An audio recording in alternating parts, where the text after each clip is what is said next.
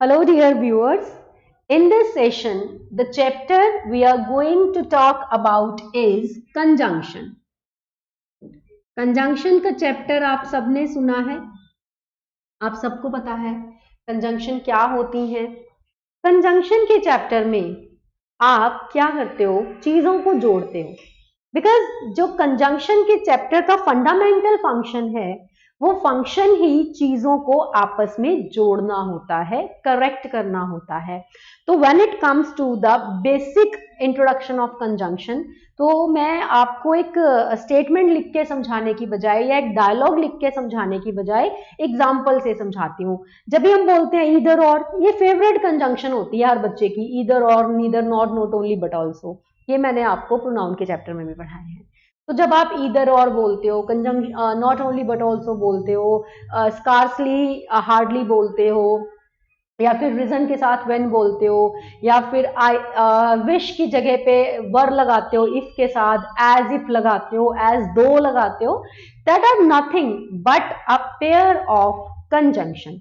So when it comes to the chapter name conjunction, you need to understand its definition first. Conjunction करती क्या है? It combines two nouns, pronouns, sentences, phrases. जब भी किन्हीं दो चीजों को आपस में जोड़ना हो, तो वो जो जोड़ लगता है ना, जैसे आपने मान लो इस हाथ को इस हाथ से जोड़ना है, तो जोड़ने के लिए आपको मेरे हाथ में फेविकॉल लगानी पड़ेगी या कोई भी गम लगानी पड़ेगी जो दोनों हाथों को जोड़ दे। तो जो आप गम लगाओगे ना मेरे पाम्स पे, वो कंजंक्शन होती है। जैसे मैंने यहां पे लिखा, Monish and Neha are dancing. तो इस स्टेटमेंट में कितने लोग हैं? दो। एक है मोनीश, एक है नेहा। ये दोनों कर क्या रहे हैं? डांस कर रहे हैं। इन दोनों को जोड़ा किसने? एंड ने। And is a conjunction. I don't know anything about you. अब इस सेंटेंस में कोई चीज किसी को नहीं जोड़ रही, that I don't know anything about you, मैं तुम्हारे बारे में कुछ भी नहीं जानती, but I can sense that you are a guilty. देखो, I do not know that, I do not know anything about you, यहां तक सेंटेंस में कोई चीज नहीं जुड़ी हुई थी, लेकिन बट ने इसके साथ जोड़ दिया आई कैन सेंस को। आई कैन सेंस, फिर आई कैन सेंस को जोड़ा दैट ने, कि मैं क्या सेंस कर सकते हो? दैट यू आर गिल्टी, कि तुम एक कसूरवार हो, तुम कसूरवार हो। तो आपने याद रखना है, जब भी देखो, यहां पे मैंने दो नाउन जोड़े थे, मोनीश एक प्रॉपर नाउन है, नेहा एक प्रॉपर नाउन है। यहां पे मैंने तीन सेंटेंसेस जोड़े। I do not know anything about you, एक complete sentence. I can sense, मैं महसूस कर सकती हूँ, एक कंप्लीट सेंटेंस है। You are a guilty, a complete sentence. तीन सेंटेंसेस को जोड़ के एक बना दिया गया और जोड़ा गया बट और दैट की मदद से। This is called conjunction, a word or a group of words that can combine two nouns, pronouns, sentences, phrases, anything. Okay. Now, after that, the thing we need to discuss is types of conjunction. Fundamentally, conjunction is of two types. Conjunction के दो type होते हैं, एक coordinating conjunction, second subordinating conjunction. Conjunction के दो type होते हैं, coordinating and subordinating. अब ये कोऑर्डिनेटिंग क्या काम करती है और सबऑर्डिनेटिंग क्या काम करती है, ये समझ लेते हैं। Coordinating conjunction combines two sentences, each has individually its own meaning. Coordinating conjunction ऐसे दो सेंटेंसेस को, ऐसे दो नाउन्स को, ऐसे दो प्रोनाउंस को जोड़ती है जिनमें हर एक का अपना पर्सनल मीनिंग होता है। जैसे Radha is singing and Meera is dancing. अगर आप इन्हें दो अलग अलग सेंटेंसेस बनाना चाहो तो राधा इज सिंगिंग ये अलग सेंटेंस है, मीरा इज डांसिंग ये अलग सेंटेंस है। इन्हें हमने जोड़ा है एंड की मदद से, तो ये एंड हो गई कोऑर्डिनेटिंग कंजंक्शन। सबऑर्डिनेटिंग कंजंक्शन में योर सेंटेंस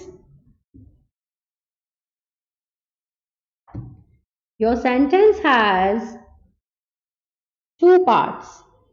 सबऑर्डिनेटिंग कंजंक्शन में हमारा जो सेंटेंस है वो दो हिस्सों में बट जाता है, प्रिंसिपल क्लॉज और सबऑर्डिनेटिंग क्लॉज। स्कूल में पढ़ते थे ना, प्रिंसिपल क्लॉज और सबऑर्डिनेटिंग क्लॉज। जिस क्लॉज का अपना मीनिंग होता था वो प्रिंसिपल होती थी, जो डिपेंडेंट होती थी वो क्लॉज सबऑर्डिनेट होती थी। जैसे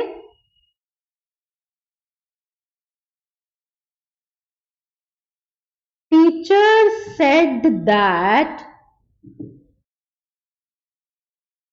honesty is the best policy. इसमें प्रिंसिपल क्लॉज कौन सी है, टीचर सेड दैट, टीचर ने बताया, क्या बताया, honesty is the best policy. ठीक है, तो जो भी स्टेटमेंट में एक स्टेटमेंट प्रिंसिपल एक स्टेटमेंट सबऑर्डिनेट हो वो सबऑर्डिनेटिंग क्लॉज होती है। जैसे sun rises in the east, तो sun rises is a principal clause, in the east is a subordinate clause.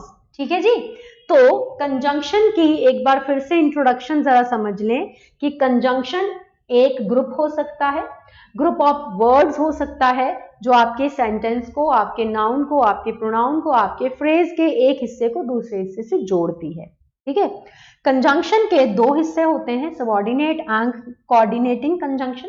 Coordinating conjunction में जो भी दो चीजें जुड़ती हैं उनका अपना इंडिविजुअल मीनिंग होता है, वेयर सबऑर्डिनेटिंग में एक प्रिंसिपल क्लॉज होती है और दूसरी सबऑर्डिनेट क्लॉज होती है, मतलब एक सेंटेंस की डिपेंडेंसी हो जाती है दूसरे सेंटेंस पे। ये हो गया आपके कंजंक्शन का इंट्रोडक्शन। अब आपको याद रखना है कि कंजंक्शन की लिस्ट लैंग्वेज में बहुत लंबी है। If you want to count you can, conjunction language के पास में 100% प्लस की रेंज में है, लेकिन कंजंक्शन के चैप्टर में हम उन्हीं कंजंक्शंस को पढ़ते हैं जो बार बार एग्जाम्स में रिपीट होती हैं या जिनका हमारी डे टू डे लाइफ में बहुत ज्यादा यूज है, यूटिलाइजेशन है। और अगर हम बुक्स के पॉइंट ऑफ व्यू से भी बात करें तो मार्केट में the books that are available, उनमें अगर हम कंजंक्शन के चैप्टर को गो थ्रू करें तो 100-200 कंजंक्शंस नहीं होती, 30-35 तक की लिस्ट होती है। Okay, because that are the fundamental conjunctions, that are the basic conjunctions. तो हम यहाँ पे अब conjunctions के इस्तेमाल को समझने लगे हैं। तो पहले नंबर पे जो मैं आपको पढ़ाऊंगी उसमें आप याद रखेंगे, आप पढ़ना सीखेंगे, आप यूज सीखेंगे एंड का, चार कंजंक्शन एक साथ चलेंगी, and, as well as, and हो गया एक, एज वेल एज हो गया दो, बोथ एंड हो गया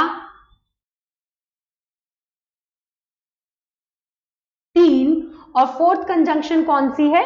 not only but also.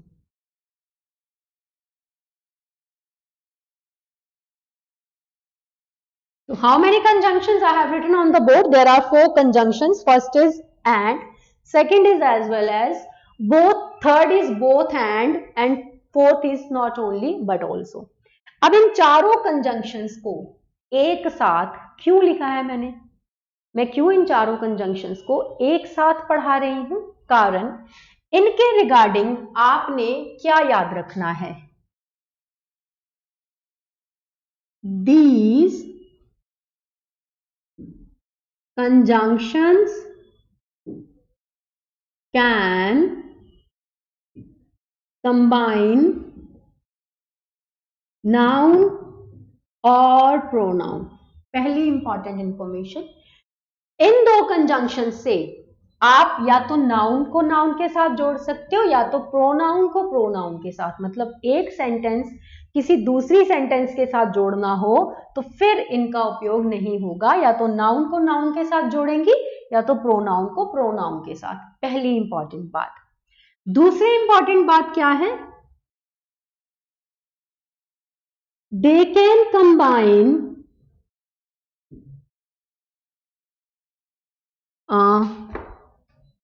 they can combine either desirable adjectives or undesirable adjectives but not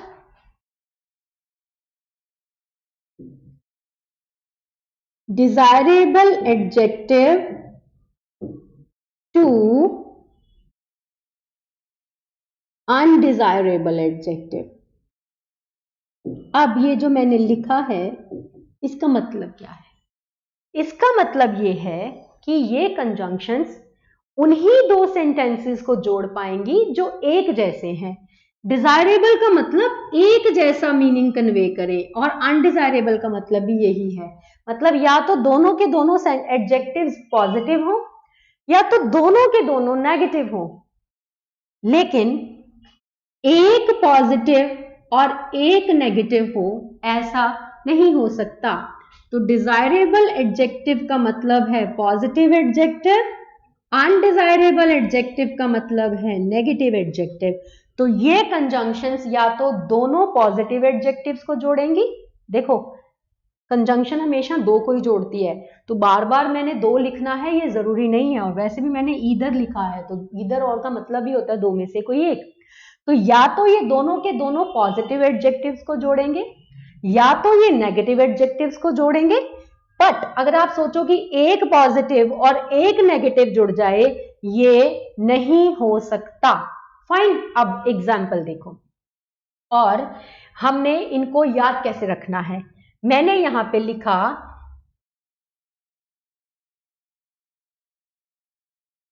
Radha is not only sweet but also very helpful। तो देखो मैंने राधा के बारे में दो बातें लिखी। पहले तो देखो मैंने जोड़ा किससे है? not only but also से। राधा के बारे में दो एडजेक्टिव लिखे। राधा ना केवल अच्छी है बल्कि वो बहुत ज्यादा हेल्पफुल भी है। कंजंक्शन नाउन या प्रोनाउन को जोड़ सकती हैं और डिजायरेबल टू डिजायरेबल एडजेक्टिव को और अनडिजायरेबल टू अनडिजायरेबल को। अब मैंने क्या लिखा है? मैंने नाउन या प्रोनाउन नहीं जोड़े, मैंने एडजेक्टिव जोड़े हैं। देखो ये कंजंक्शन दो काम कर सकती है। एक तो ये नाउन या प्रोनाउंस को जोड़ सकती हैं, या फिर ये एडजेक्टिव्स को जोड़ सकती हैं। तो इस एग्जाम्पल में हमने एडजेक्टिव जोड़े हैं और दोनों एडजेक्टिव्स पॉजिटिव हैं, कि हमने राधा के बारे में दोनों अच्छी बातें बताई हैं। ठीक है, एक एग्जाम्पल हम लिखते हैं, Rajiv is dishonest as well as cunning man। अब देखो, again I have only one noun but I have two adjectives। dishonest होना is something that is bad, negative के साथ नेगेटिव एडजेक्टिव जोड़ा मैंने। पहले मैं आपको एडजेक्टिव का रूल पढ़ा दे रही हूं। अब ये दोनों डिजायरेबल एडजेक्टिव थे, ये अनडिजायरेबल। अनडिजायरेबल का मतलब वी वांट विश की कोई व्यक्ति ऐसा हो। अब एक एग्जांपल देखो, मैंने एग्जांपल लिखी, Neha is both hard working and cunning girl. अब देखो, नेहा की दो क्वालिटीज बताई मैंने, एक तो पॉजिटिव बता दिया कि नेहा हार्ड वर्किंग है, एक नेगेटिव बना दिया कि वो कनिंग है। ये स्टेटमेंट मेरी गलत हो गई। क्यों? क्योंकि हमने लिखा है कि या तो ये डिजायरेबल एडजेक्टिव्स को जोड़ेंगे, मतलब दोनों पॉजिटिव होने चाहिए एज इन स्टेटमेंट 1, या तो अनडिजायरेबल को जोड़ेंगे, मतलब दोनों नेगेटिव होने चाहिए as in statement number 2। This is your negative adjective, but they can not combine desirable to undesirable. एक पॉजिटिव और एक नेगेटिव को नहीं जोड़ पाएंगे। ये स्टेटमेंट गलत हो गई। अब या तो नेहा के बारे में दोनों अच्छी बातें लिखो, या तो नेहा के बारे में दोनों बुरी बातें लिखो। एक अच्छी और एक बुरी बात नहीं हो सकती। ठीक है, ये तो मैंने आपका रूल नंबर 2 एक्सप्लेन कर दिया। अब rule number 1, they can combine noun और प्रोनाउन। तो हम लिख देते हैं, not only Vipul but also Kamini is going to attend a wedding। चलो जी, ये दो नाउन जुड़ गए। विपुल एक नाउन है, कामिनी भी एक नाउन है। अगर आप यहां पे लिख देते not only he but also she, तो ये प्रोनाउन हो जाते। तो विपुल हो गया आपका नाउन और ही हो गया आपका प्रोनाउन। तो आपने याद रखना है कि and, as well as, both and not only but also, ये चारों कंजंक्शंस के दो रूल हैं। या तो ये नाउन के साथ नाउन जोड़ेंगे, ये नाउन जोड़ सकते हैं, प्रोनाउन जोड़ सकते हैं। आप not only Vipul but also Kamini लिख सकते हो, आप not only he but also she लिख सकते हो, आप not only Vipul but also she भी लिख सकते हो, बट होने नाउन या प्रोनाउन ही चाहिए। ये इनका दूसरा रूल। पहला रूल, या तो ये दोनों पॉजिटिव क्वालिटीज को जोड़ेंगे, या तो ये दोनों नेगेटिव क्वालिटीज को जोड़ेंगे। लेकिन अगर आप कहो कि एक एग्जाम्पल पॉजिटिव और एक एग्जाम्पल नेगेटिव हो जाए, तो दैट इज नॉट पॉसिबल, वो नहीं हो पाएगा। Now I am going to clean this board, और मैं एक स्टेटमेंट लिख रही हूं आपको रिकॉलिंग करवाने के लिए, ताकि आपको याद आ जाए कि हमने क्या सीखा है। मैंने लिखा है यहां पे,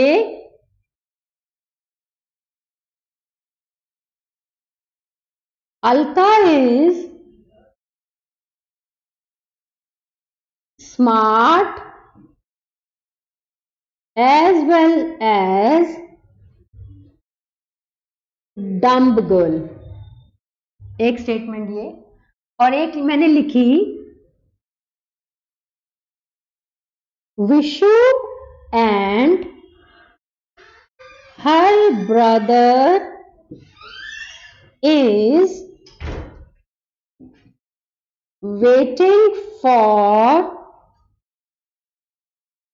lunch break।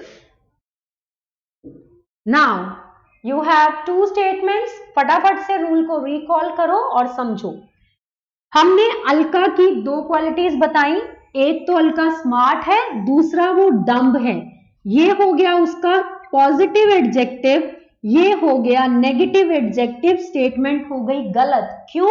हमने लिखा या तो ये डिजायरेबल एडजेक्टिव्स को जोड़ते हैं या तो ये अनडिजायरेबल एडजेक्टिव को जोड़ते हैं। एक डिजायरेबल और एक अनडिजायरेबल नहीं हो सकता। या तो दोनों अलका के बारे में अच्छी बात करते या तो दोनों के दोनों अलका के बारे में बुरी बात करते, लेकिन एक अच्छी और एक बुरी बात एक साथ नहीं जा सकती। तो पहली स्टेटमेंट गलत हो गई।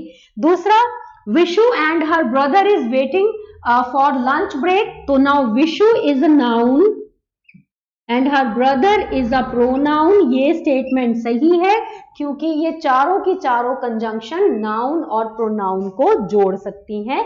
तो ये हो गया आपका फॉर्मूला नंबर 1, जिसमें हमने यूज करना सीखा एंड को, एज वेल एज को, बोथ एंड को, नॉट ओनली बट ऑल्सो को। I believe this formula is clear to all of you.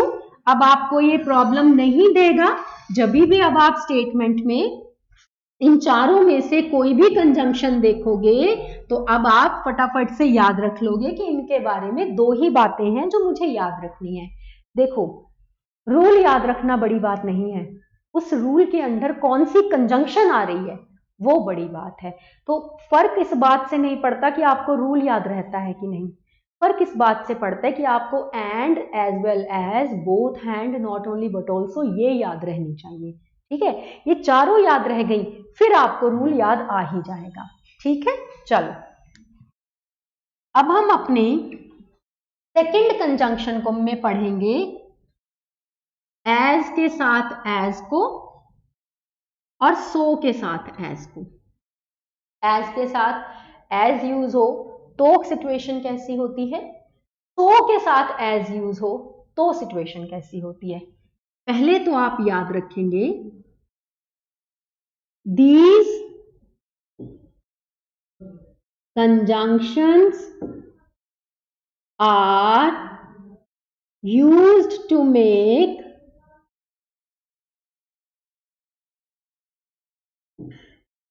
comparisons। ये तुलना करने के काम आते हैं, कंपैरिजन में काम आते हैं, तुलना करते हैं। और दूसरी इंपॉर्टेंट बात क्या है, अब मैं आपको फॉर्मूला लिख रही हूं, there center word has to be positive degree. आपने एडजेक्टिव का चैप्टर पढ़ा है जिसमें आपको बताया गया है कि लैंग्वेज में 3 डिग्रीज होती हैं, पॉजिटिव, कंपैरेटिव एंड सुपरलेटिव। तो इनका जो सेंटर वर्ड होता है वो पॉजिटिव डिग्री होना चाहिए। तो देखो, यहीं से बात में आपको दिमाग में डाउट आ जाना चाहिए कि मैडम कंपैरिजन करने के लिए यूज होते हैं, but you are saying instead of using comparative degree use positive degree. Again जब हम इन्हें सॉल्व करेंगे तब आपको ये बात क्लियर हो जाएगी, लेकिन अभी आप ये कॉन्ट्राडिक्शन ही पढ़ो मेरे साथ में कि ये कंजंक्शन कंपैरिजन करने के लिए यूज होती हैं, लेकिन ये कंपैरेटिव डिग्री की जगह पॉजिटिव डिग्री का इस्तेमाल करती हैं। तीसरी इंपॉर्टेंट बात क्या है, as uses subjective case, so as uses objective case. As के साथ सब्जेक्टिव केस आता है, सो एज के साथ ऑब्जेक्टिव केस आता है। अब इसमें से ये वाली जो दो बातें लिखी है ना, ये मैंने आपको प्रोनाउन के चैप्टर में बार बार बोल के बताई थी, जब मैंने आपको रूल ऑफ कंपैरिजन सिखाया था कि सब्जेक्टिव केस किसे कहते हैं और ऑब्जेक्टिव केस किसे कहते हैं। आपको याद होना चाहिए, जो 3 पर्सन्स की लिस्ट में आए वो सब्जेक्टिव, जो ना आए वो ऑब्जेक्टिव। अब हम इनके साथ में 4th पॉइंट सीखेंगे। as can represent positive and negative situation, whereas so as can represent only negative situation. तो चार बातें जो हमें याद रखनी है इन दो कंजंक्शन के रिगार्डिंग। पहली, ये कंजंक्शन कंपैरिजन करने के काम आती हैं, लेकिन कंपैरिजन करने में पॉजिटिव डिग्री का इस्तेमाल करती हैं, ना कि कंपैरेटिव डिग्री का।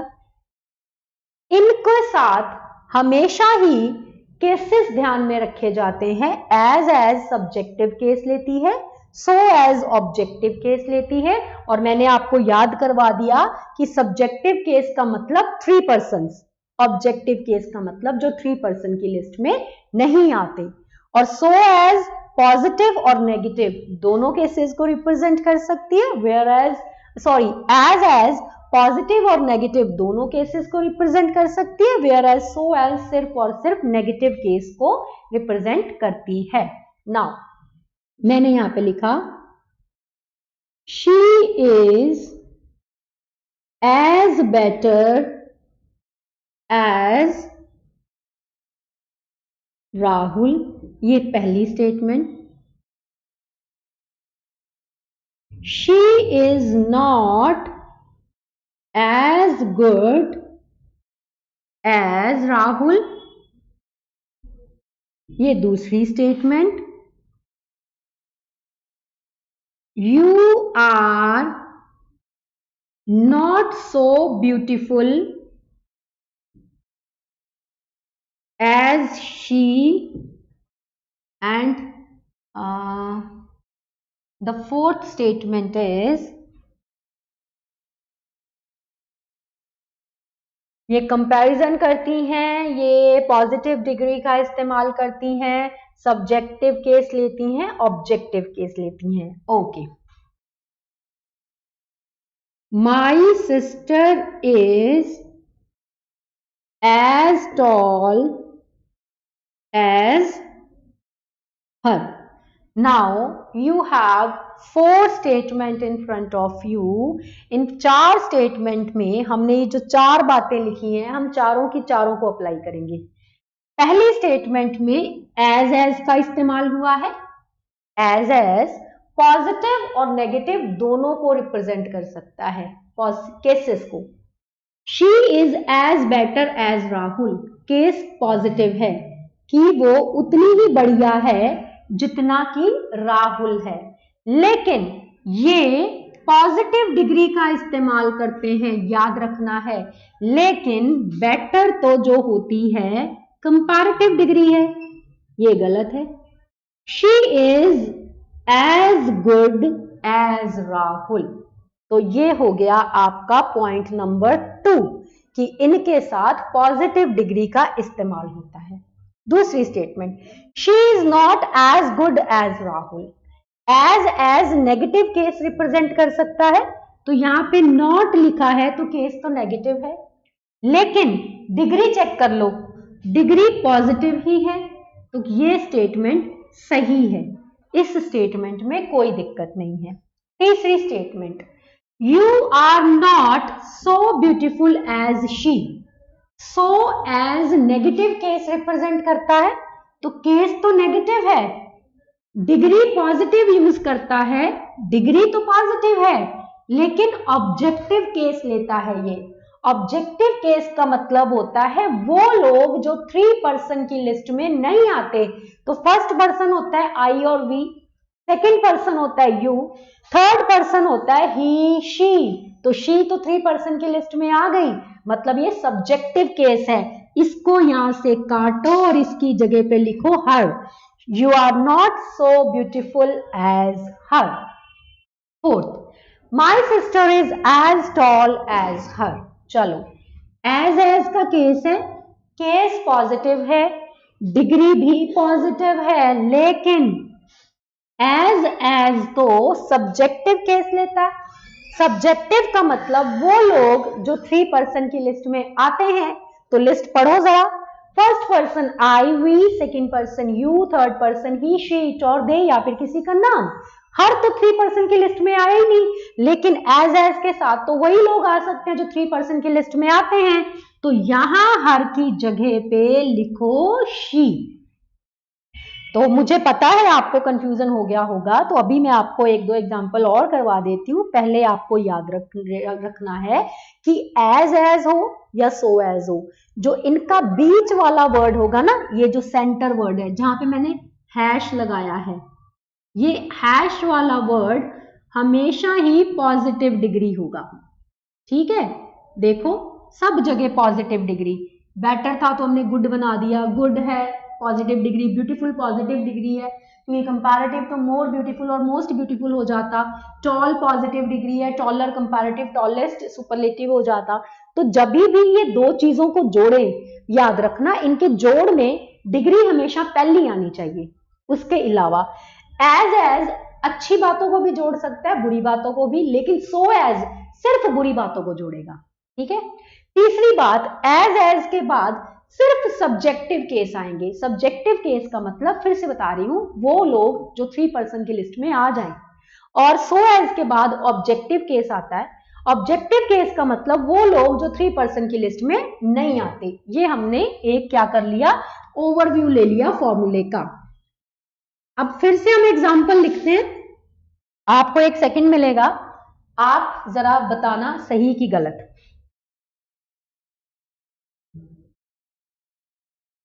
Meena is as cool as him.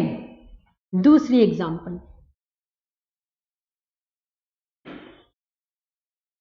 Monty is not so tall as his father. तीसरा and last case, Manju is as poor. Manju is as poorer as Geeta. Now फटाफट से याद कर लो, so as as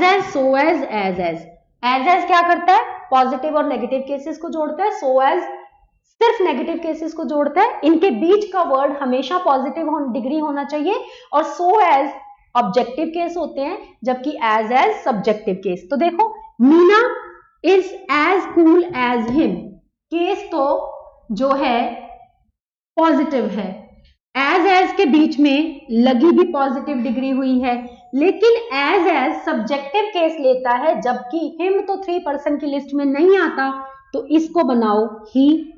Monty is not so tall as his father, so as negative case लेता है, case negative है, इनके बीच का वर्ड पॉजिटिव डिग्री होना चाहिए, पॉजिटिव डिग्री है, ऑब्जेक्टिव केस होता है, तो हिज फादर ऑब्जेक्टिव केस है। ठीक है, Manju is as poor as Geeta, as positive case लेते हैं, इनके बीच का वर्ड जो होता है पॉजिटिव डिग्री होना चाहिए, तो पुअरर इज कंपैरेटिव डिग्री, इसको बनाओ poor.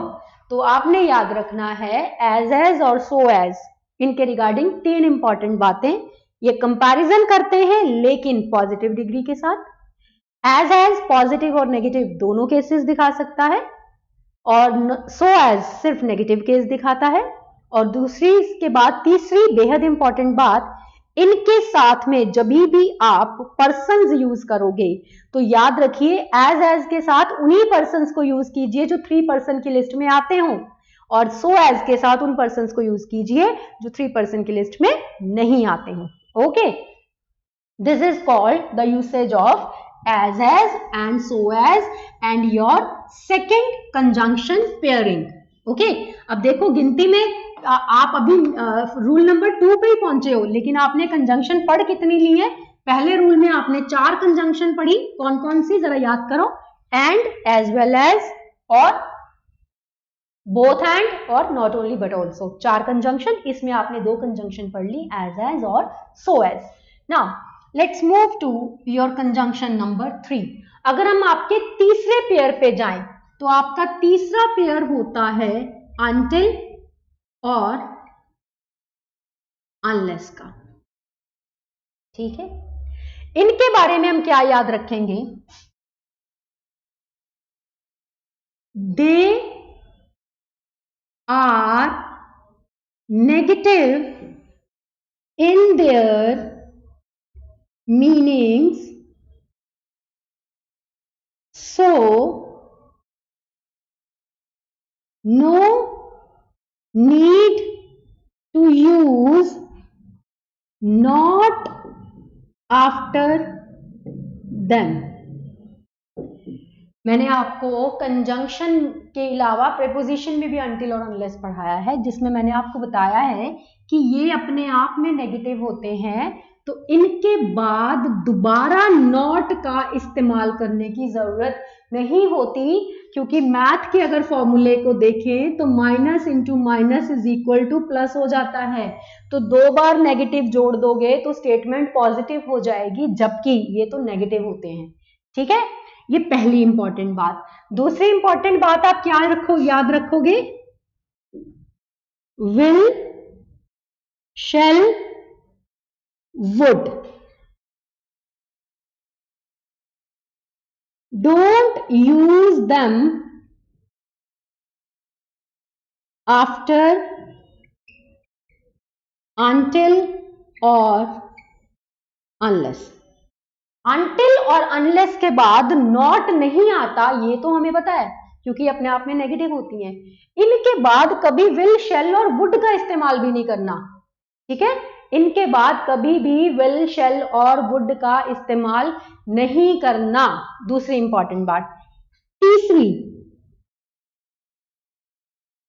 till is not compressed form of until। कुछ बच्चे सोचते हैं कि until या till में से कोई एक चीज यूज कर लो, इन दोनों का मीनिंग सेम होता है। नहीं, till until का कंप्रेस्ड फॉर्म नहीं है। until है तो until ही इस्तेमाल करो, till मत लगाओ। ठीक। फोर्थ इंपॉर्टेंट बात क्या होती है? unless जो है कंडीशन ओरिएंटेड होता है, whereas until टाइम ओरिएंटेड होता है। ठीक है, अब कंडीशन ओरिएंटेड और टाइम ओरिएंटेड क्या होता है? अगर आपने प्रेपोजिशन का चैप्टर अच्छे से पढ़ा है तो उसमें मैंने बताया है कि अनलेस में 2 शर्तें होती हैं कि जब तक तुम ये काम नहीं करोगे तुम्हारा ये काम नहीं होगा। जैसे जब तक तुम वीडियो लेक्चर देखोगे नहीं तब तक तुम कंजंक्शन की प्रैक्टिस कर नहीं सकते। तो कंजंक्शन की प्रैक्टिस करने के पीछे शर्त क्या है? वीडियो लेक्चर देखो। जब तक तुम खाना नहीं खाओगे तब तक तुम्हारी हेल्थ रिकवर नहीं होगी। तो हेल्थ रिकवर करना चाहते हो तो शर्त क्या है? खाना खाओ। अंटिल टाइम ओरिएंटेड होता है, जितनी देर तक मैं कहूं नहीं टीवी ऑन मत करना, तो टीवी ऑन कब होगा? जब तुम कहोगे। अब वो कब कहेगा? It depends upon the time, कि उसका मूड कब होता है या वो फ्री कब होता है। It is all about the matter of time. तो अंटिल और अनलेस के बारे में कितनी बातें याद रखनी है? पहली बात, ये अपने आप में नेगेटिव होते हैं, इनके पीछे दोबारा नॉट नहीं लगता। दूसरा, इनके बाद में विल, शैल और वुड भी नहीं लगता। तीसरी बात, टिल अंटिल का कंप्रेस्ड फॉर्म नहीं होती, तो अंटिल की जगह पे टिल का इस्तेमाल करने की गलती नहीं करनी। अनलेस कंडीशन ओरिएंटेड होता है, जबकि अंटिल टाइम ओरिएंटेड। चलो एग्जांपल करके देखते हैं।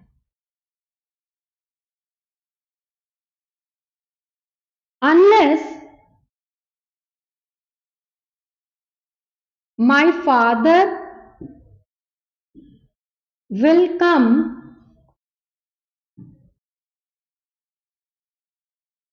I shall not eat anything। पहली स्टेटमेंट। दूसरी statement, until you switch off the lights my son will not sleep. ठीक है, last statement, unless you work hard you will not get success. There are three statements. पहली statement देखो, पहली statement में क्या गलती है? पहली स्टेटमेंट में गलती है अनलेस के साथ विल लगा हुआ है, विल शेल वुड इनके बाद नहीं आते, तो इधर विल को काटो। तो अगर ये विल को मैं काट दूं तो फादर बने सिंगुलर और कम तो फर्स्ट फॉर्म ऑफ वर्ब है। सिंगुलर सब्जेक्ट के साथ फर्स्ट फॉर्म ऑफ वर्ब नहीं आती, उसके साथ एस या ई एस लगता है। तो unless my father comes I shall not eat anything, जब तक मेरे पापा नहीं आएंगे तब तक मैं कुछ नहीं खाऊंगा। तो तुम्हारा खाना किस चीज पे डिपेंड करता है? The moment your father will come, it is about a matter of time. ये शर्त नहीं है कि मेरे पापा जब तक नहीं आएंगे मैं खाना नहीं खाऊंगा, ये कंडीशन है कि मैं खाना खा लूंगा। ठीक है, ये टाइम की बात है कि मैं खाना खा लूंगा जब तक मेरे पापा नहीं आएंगे। तो ये बच्चा खाना कब खाएगा? जब उसके पापा आ जाएंगे। तो उसका खाना किस चीज पे निर्भर करता है? उसके पापा के आने पे। पर उसको पता है उसके पापा कितने बजे आएंगे? उसे नहीं पता। It is a matter of time कि जब तक मेरे पापा नहीं आएंगे मैंने कुछ नहीं खाना। उसने एक शर्त लगा दी कि पापा आ जाएंगे तो मैं खाना खा लूंगा। तो unless my father comes I shall not eat anything. तो अब ये मैटर खाने का डिपेंड हो गया उस समय पे, जब जिस समय पापा आएंगे। तो पापा और 2 घंटे ना आए तो बच्चा भूखा बैठा रहेगा। तो घर वाले क्या करेंगे? फोन करेंगे कि भाई ये खाना नहीं खा रहा, तुम जल्दी आ जाओ। तो it is about the time, how much time his father will take. तो यहां पे अनलेस की जगह पे लगाओ until. Until my father comes, I shall not eat anything. जब तक पापा नहीं आएंगे मैंने तब तक खाना नहीं खाना। तो पापा अगले पल आ जाए, मैं उसी पल खाना खा लेगा। It is the time. Okay, now until you switch off the lights, my son will not sleep. जब तक तुम लाइट ऑफ नहीं करोगे मेरे बच्चे ने सोना नहीं है। तो मेरे बच्चे के सोने के पीछे की शर्त क्या है? कि तुम लाइट ऑफ कर दो। तुम अभी लाइट ऑफ कर दो, वो सो जाएगा। तो तुम लाइट कब ऑफ करते हो वो तुम्हारी चॉइस नहीं है कि तुम अभी 2 घंटे बाद करोगे। नो, मुझे मेरे बच्चे को सुलाना है तो तुम अभी लाइट बंद करो। ये शर्त है मेरे बच्चे को सुलाने की, वो नहीं सोएगा। यहां until गलत हो गया, यहां लगाओ unless। क्यों? क्योंकि अनलेस शर्त दिखाता है और until टाइम दिखाता है। Now unless you work hard you will not get success. ये स्टेटमेंट अपने आप में सही है। जब तक तुम हार्ड वर्क नहीं करोगे तुम्हें सक्सेस नहीं मिलेगी। तो सक्सेस किस चीज पे निर्भर करती है? टाइम पे निर्भर नहीं करती, तुम्हारे हार्ड वर्क पे निर्भर करती है। तो याद रखो until और unless अपने आप में नेगेटिव होते हैं, इनके बाद नेगेटिव नहीं लगता। देखो किसी भी स्टेटमेंट में मैंने कोई भी ऐसी बात नहीं लिखी जो अनलेस या until के बाद नॉट लगा के बैठी हो। Unless my father will come, इसमें भी नॉट नहीं था। until you switch off the lights, इसमें भी नॉट नहीं था। unless you work hard, इसमें भी नॉट नहीं है। इसमें एक भी नॉट नहीं है। सेकेंड हाफ में नॉट है वो अलग बात है, इनके बाद नॉट नहीं होना चाहिए तो नहीं है। दूसरी शर्त, इनके बाद विल शेल वुड भी नहीं होना चाहिए। तो जिसमें विल था हमने काट दिया। जैसे विल काटा हमारी वर्ब की फर्स्ट फॉर्म में बदल गई। फादर सिंगुलर थे तो हमने एस और एस लगा दिया। और तीसरी इंपॉर्टेंट बात क्या होती है? until टाइम ओरिएंटेड बात करता है। जैसे जब तक मुझे नींद नहीं आती तो मैं रात को तब तक गाने सुनता हूँ। तो मैं गाने कब तक सुनता हूँ? मुझे जब तक नींद नहीं आती। जैसे ही नींद आएगी मैं गाने बंद कर देता हूँ। ये तो हो गया टाइम, कि मुझे नहीं पता मुझे नींद कितने बजे आएगी, या मुझे नहीं पता कि मैं गाने कितनी देर सुनूंगा। जब तक नींद नहीं आएगी तब तक सुनूंगा। तो टाइम की कोई लिमिट नहीं है। ये हो गया time. until I feel sleepy I will listen songs. Okay, unless का मतलब मैं जब तक गाने ना सुनूं मुझे तब तक नींद ही नहीं आती। तो अब ये सोने की शर्त हो गई कि यदि तुम चाहते हो मैं सो जाऊं तो मुझे गाने चलाने दो। तो तुम अगर मुझे दिन में सुलाना चाहते हो, दोपहर में, शाम को, रात को, जब तुम चाहते हो मैं सो जाऊं, मुझे गाने सुनने दो, मैं सो जाऊंगा। तो बड़ा माइन्यूट सा डिफरेंस होता है शर्त में until और unless की। तो आपने याद रखना है until और unless अपने आप में नेगेटिव होते हैं, इनके बाद नेगेटिव नहीं लगाना, इनके बाद will, shall और would भी नहीं लगाना। till until का compressed फॉर्म नहीं होता, और लास्ट बात unless कंडीशन ओरिएंटेड होता है, until टाइम ओरिएंटेड होता है। तो अब मैं एक स्टेटमेंट आपकी रिहर्सल के लिए लिख रही हूं। मैंने यहां पे लिखा till the train will not enter, I shall not go back। अब इस एक ही स्टेटमेंट में सारे रूल अप्लाई हो जाएंगे। पहले तो यही देखो, मैंने आपको अभी समझाया कि टिल अंटिल का कंप्रेस फॉर्म नहीं होता, तो टिल गलत है। अब ये स्टेटमेंट कंडीशन ओरिएंटेड है कि टाइम ओरिएंटेड है? शर्त नहीं है, समय की बात है कि जब तक ट्रेन एंटर नहीं करेगी मैं नहीं वापस जाऊंगा। तो ट्रेन जिस समय एंटर हो गई मैं तुरंत चला जाऊंगा। तो ट्रेन अभी आ जाए मैं अभी चला जाऊंगा। It is about the time. वो 1 मिनट में आती है कि वो 1 घंटे में आती है। तो यहां पे लिखो अनटिल, ठीक है, अनलेस वाली शर्त नहीं है। फिर अनटिल और अनलेस के बाद विल नहीं आता, विल काटो। अनटिल और अनलेस अपने आप में नेगेटिव होते हैं, इनके बाद नॉट भी नहीं आता, ये भी काट दो। अनटिल और अनलेस के बाद जब विल और नॉट दोनों काट दिए तो डायरेक्ट एंटर रह गया हमारे पास। एंटर वर्ब की फर्स्ट फॉर्म है, तो फर्स्ट फॉर्म के साथ यदि कर्ता एक वचन हो तो फर्स्ट फॉर्म के साथ एस या ईएस लगता है, तो एंटर को बनाओ एंटर्स। और अगर तुम ध्यान से देखो तो तुम्हें एक कंडीशन याद आएगी, कंडीशन ऑफ डबल फ्यूचर। ये डबल फ्यूचर लगा हुआ था, until the train will come will not enter I shall not go every back। तो जब भी डबल कंडीशन की काम होती है, डबल फ्यूचर लगता है, तो मैंने आपको सिखाया था ना कि जो घटना पहले घटे उसे सिंपल प्रेजेंट में बदलते हैं। तो पहली घटना यही है, ट्रेन के आते ही तुम चले जाओगे, तो पहली घटना सिंपल प्रेजेंट में रखते हैं। तो या तो इसे until और unless के फॉर्मूलाज के अकॉर्डिंग समझ लो, या फिर इसे इस तरह से समझ लो कि ये कंडीशन ऑफ डबल फ्यूचर है। जिस तरह से भी आपको याद रह जाए उस तरह से याद रख लो, लेकिन फंक्शंस को याद रखो कि अनटिल और अनलेस काम क्या करते हैं। ये हो गया आपका case number 3, that is use of until and unless. Now let's talk about your next case, case number 4। Until और अनलेस के बाद आपने याद रखना है डाउट हो या डाउटफुल हो, ये आपकी कंजंक्शन है। डाउट भी हो सकता है, डाउटफुल भी हो सकता है। इनके बाद 2 चीजें लग सकती हैं, या तो इफ और वेदर, या तो दैट।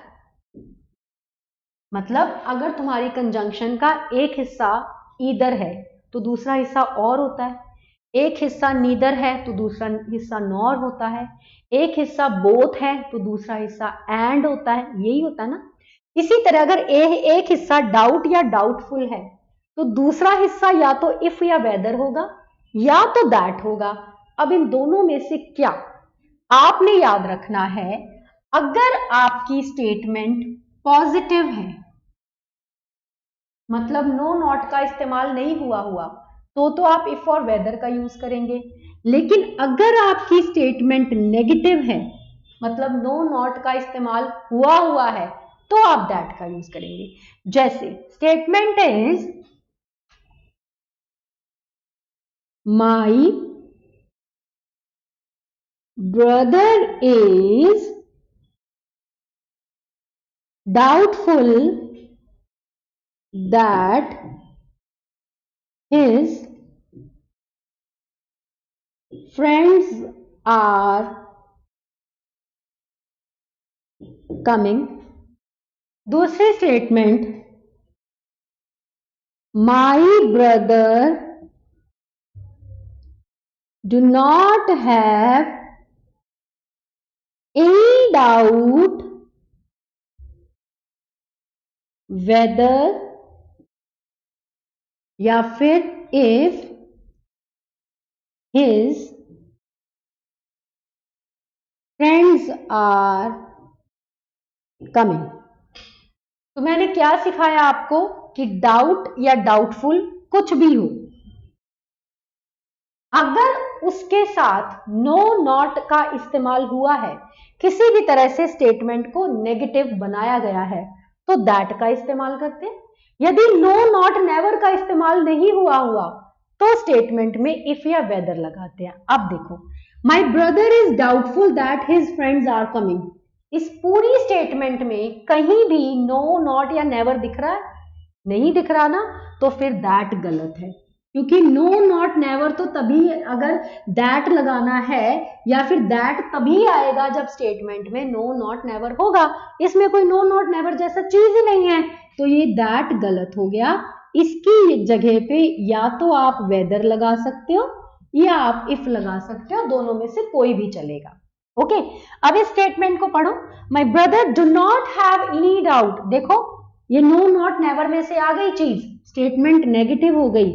अगर स्टेटमेंट नेगेटिव हो जाए, मतलब नो नॉट नेवर का इस्तेमाल कर ले, फिर क्या आता है? फिर दैट आता है। तो यहां वेदर और इफ गलत हो गए, यहां लगाओ that.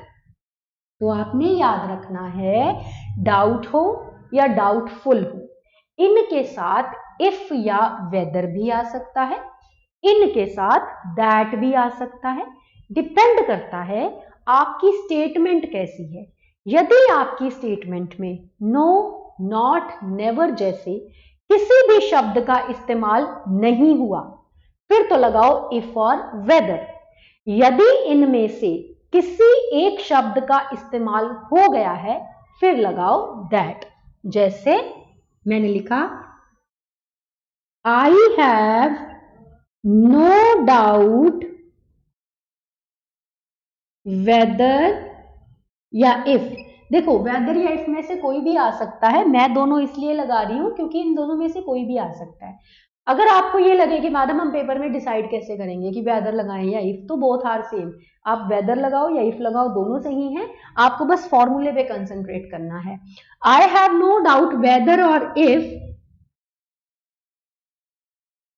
He will get success. अब देखो, आपकी स्टेटमेंट में नो जैसा वर्ड आ गया, नो जैसा वर्ड आ गया तो स्टेटमेंट नेगेटिव हो गई, तो वेदर और इफ गलत हो गया। यदि स्टेटमेंट नेगेटिव होती है तो क्या आता है? That. I have no doubt that he will get success. लेकिन अगर हम इसे ऐसा लिख दें, I am doubtful that he will get success. अब ध्यान से देखो, स्टेटमेंट में नो नॉट नेवर जैसा कोई वर्ड नहीं आया, तो डाउटफुल के साथ या डाउट के साथ यदि नो नॉट नेवर जैसा कोई वर्ड ना आए तो स्टेटमेंट पॉजिटिव क्या आता है? इफ या वेदर। तो यहां दैट की जगह पे काट के या तो आप वेदर लिख सकते हो या तो आप इफ लिख सकते हो। तो I am doubtful whether he will success, और I am doubtful if he will success. Okay, तो आपने याद रखना है, अगर कंजंक्शन डाउट या डाउटफुल है तो इनका सेकंड हाफ वेदर या इफ हो सकता है या फिर दैट हो सकता है। अब डिसाइड कैसे करेंगे, वेदर इफ या फिर दैट? कुछ नहीं करना, बस स्टेटमेंट में देखना है कि डाउट या डाउटफुल के साथ नो नॉट नेवर जैसा कोई शब्द यूज हुआ है। यदि नो नॉट नेवर जैसा कोई शब्द यूज हुआ है तो दैट का इस्तेमाल करेंगे इनके सेकंड हाफ में। यदि स्टेटमेंट में नो नॉट नेवर जैसे किसी वर्ड का इस्तेमाल नहीं हुआ तो हम स्टेटमेंट में वेदर या इफ का इस्तेमाल करेंगे। This is your conjunction number 4, जिसमें हमने इस्तेमाल करना सीखा डाउट या डाउटफुल का। अब मैंने आपको फिर से बताना है कि कंजंक्शन का नंबर 4 ही है, ये मत देखो, ये देखो कि हम एक यूनिट में कितने कंजंक्शंस पढ़ रहे हैं। जैसे प्रेपोजिशन में हमारे पास में 12 यूनिट्स ही बने थे, लेकिन कंजंक्शन हमने 30 प्रेपोजिशंस हमने 35 36 अराउंड पढ़ी हैं। ठीक है, तो ये पेयरिंग है, लेकिन इसके अंदर कितनी कंजंक्शन है वो देखो, पेयरिंग पे कॉन्सेंट्रेट मत करो। Now number 5। नंबर 5 की हमारी कंजंक्शन है दैट इज इफ या फिर देन। हर कंजंक्शन की पेयरिंग होती है। कंजंक्शन का मतलब ही होता है पेयर ऑफ वर्ड्स, ठीक है। लेकिन आप याद रखोगे इफ और व्हेन ऐसी कंजंक्शन है जिसकी पेयरिंग में कुछ नहीं आता।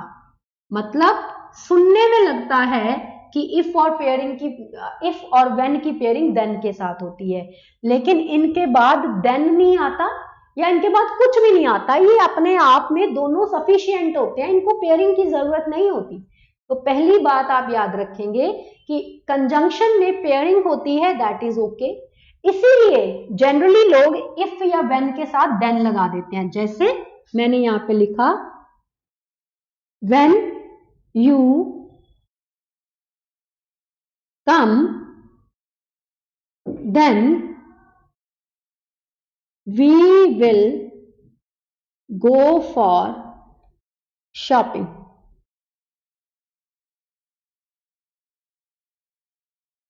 ठीक है, तो ये डबल फ्यूचर है, when you will come we will go for shopping.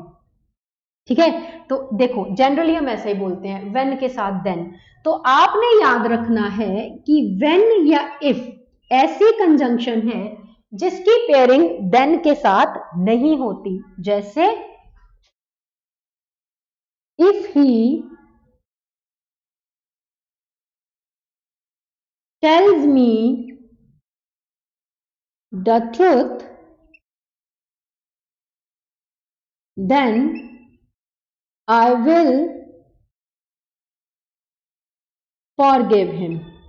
देखो अब मैं अपने आप पहला हिस्सा सॉल्व करी जा रही हूं। If he will tell me the truth मैंने इसलिए नहीं लिखा क्योंकि ये डबल फ्यूचर है। डबल फ्यूचर में पहली घटना सिंपल प्रेजेंट में आती है, तो इसीलिए मैं यहां विल नहीं लगा रही। If he tells me the truth then I will forgive him. यदि वो मुझे सत्य बता देता है तो मैं उसे माफ कर दूंगा। तो यहां पढ़ने में तो देन सही लग रहा है, लेकिन कंजंक्शन कहती है कि इफ या व्हेन के बाद देन नहीं आता तो देन को काटो, स्टेटमेंट सीधी रखो। If he tells me the truth I will forgive him. What you need to remember is it is not must that each and every conjunction should have second part.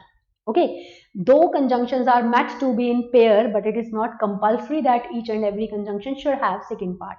Conjunctions pairing में आती हैं, लेकिन हर conjunction का second part हो ऐसा नहीं है। if और then, if और when भी उनमें से एक है। if और when के बाद कुछ भी नहीं आता है, ये अपने आप में complete conjunctions होती हैं।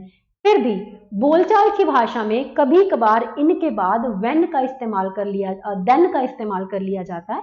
That is wrong. आपको अगर कभी भी इफ या व्हेन के बाद देन लिखा हुआ दिखे तो उस स्टेटमेंट को काट देना वो गलत है। ये हो गई आपकी फिफ्थ कंजंक्शन। ओके, अब इसके बाद now let's move to the next part that is number 6। Sixth pairing में हम क्या पढ़ेंगे?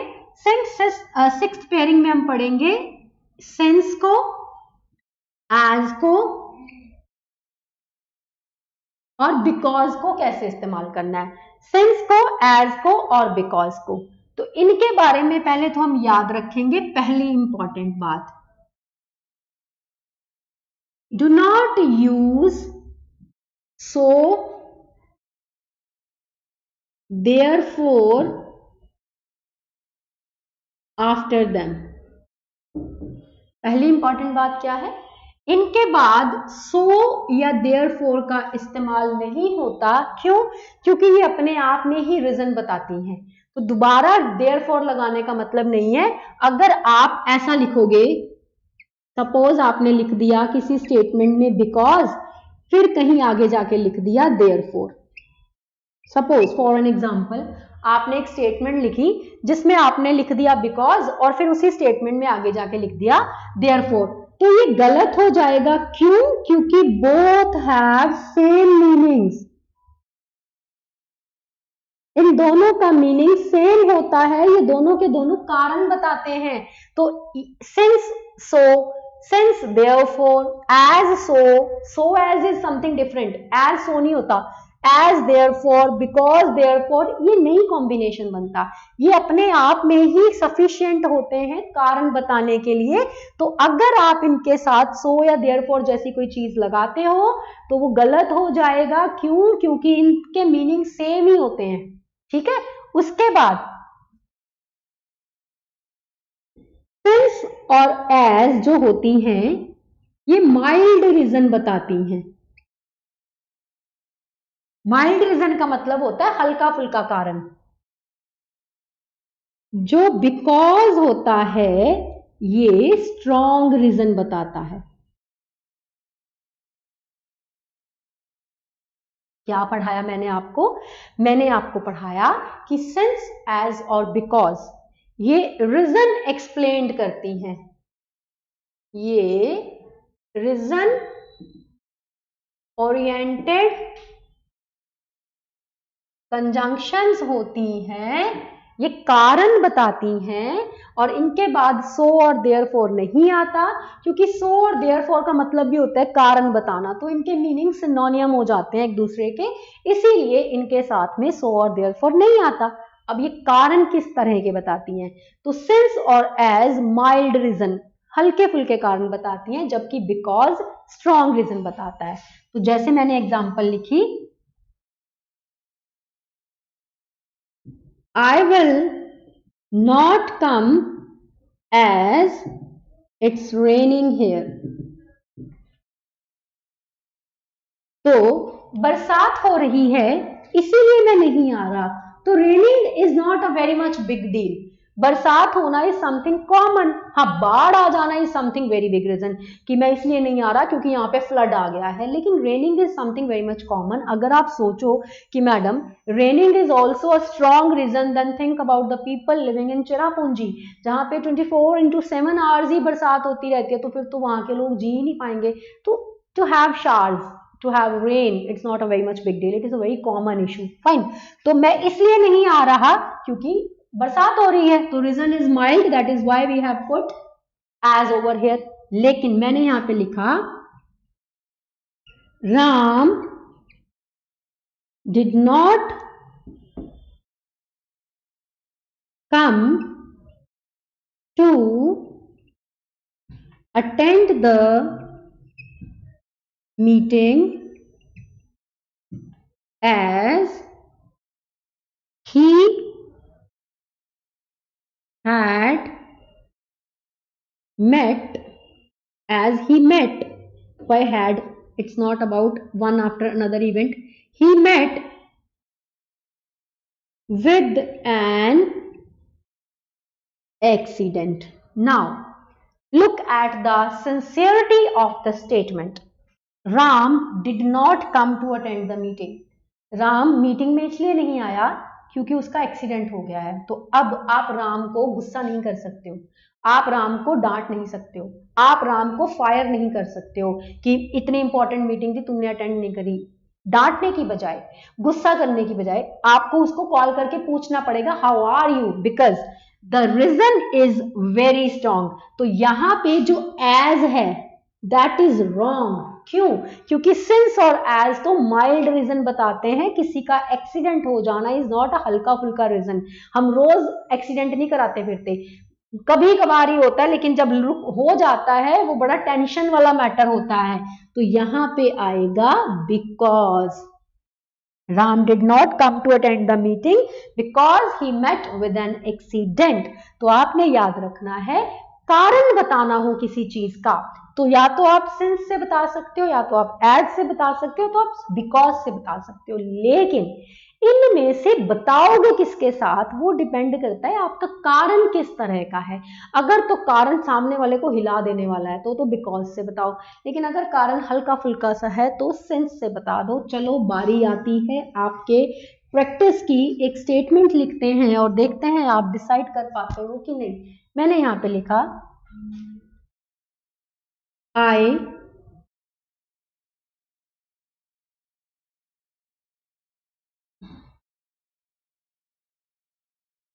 आई couldn't attend your mother's funeral as I myself am facing mess in my personal life. Now, I told you could always not represent past. ये future भी दिखाता है. Remember मैंने आपको बताया था रिमोट पॉसिबिलिटी फ्यूचर की कुड से बताई जाती है. ओके तो मैं तुम्हारी मम्मी का फ्यूनरल अटेंड नहीं कर पाऊंगा. रिमोट पॉसिबिलिटी है फ्यूचर की है. ठीक है क्यों? क्योंकि मेरी अपनी लाइफ में ही मेरी ऐसी तैसी हुई पड़ी है. मेरी अपनी लाइफ में ही इतनी ज्यादा प्रॉब्लम है. मेरी अपनी लाइफ में ही इतने ज्यादा डिजास्टरस इशू हैं कि मुझे लगता है कहीं मैं खुद सुसाइड ना कर लूं. ये व्यक्ति ये कहना चाहता है. ठीक है तो ये जो कारण उसने दिया है कि देखो मेरी मानसिक स्थिति, इसको अपने आप पे लेके देखो कि हम किसी के फ्यूनरल पे, किसी की अंतिम यात्रा पे जाने से मना कर रहे हैं. क्यों? क्योंकि हम कह रहे हैं कि हमारी खुद की हालत ऐसी है कि हमें नहीं लगता कि कहीं कल मैं ही ना मर जाऊं. ठीक है लाइफ में कितनी ज्यादा उथल पुथल मची होगी, लाइफ में कितनी ज्यादा प्रॉब्लम होगी कि आप किसी को ये कहने पे मजबूर हो गए हो कि मैं आपकी मम्मी के फ्यूनरल पे नहीं आ सकता. तो क्या ये छोटा मोटा कारण है? नो. सामने वाले को आपने बहुत बड़ा शौक दिया है कि मैं तुम्हारी मम्मी के फ्यूनरल पे नहीं आऊंगा क्योंकि मेरी अपनी लाइफ में बड़ी ज्यादा प्रॉब्लम है. तो ये व्यक्ति सोचेगा कि भाई कोई भी प्रॉब्लम होती, funeral is something very much different thing. हम कहीं भी हों we can make some minutes to be there to console the person जिसने उस चीज को खोया है. लेकिन यहाँ पे एज से बात तो बिल्कुल हल्की फुल्की हो जाएगी, माइल्ड हो जाएगी. मैंने बताया था ना रिलैक्सेशन हो जाएगी कि चलो कोई बात नहीं. लेकिन ये रिलैक्स होने वाली जोन नहीं है. ये बहुत बड़ी बात कह दी हमने. तो जब रीजन स्ट्रांग होते हैं तब हम क्या करते हैं? बिकॉज लगाते हैं. अब इस सिचुएशन में ये दोनों व्यक्ति अपनी जगह पे ठीक है.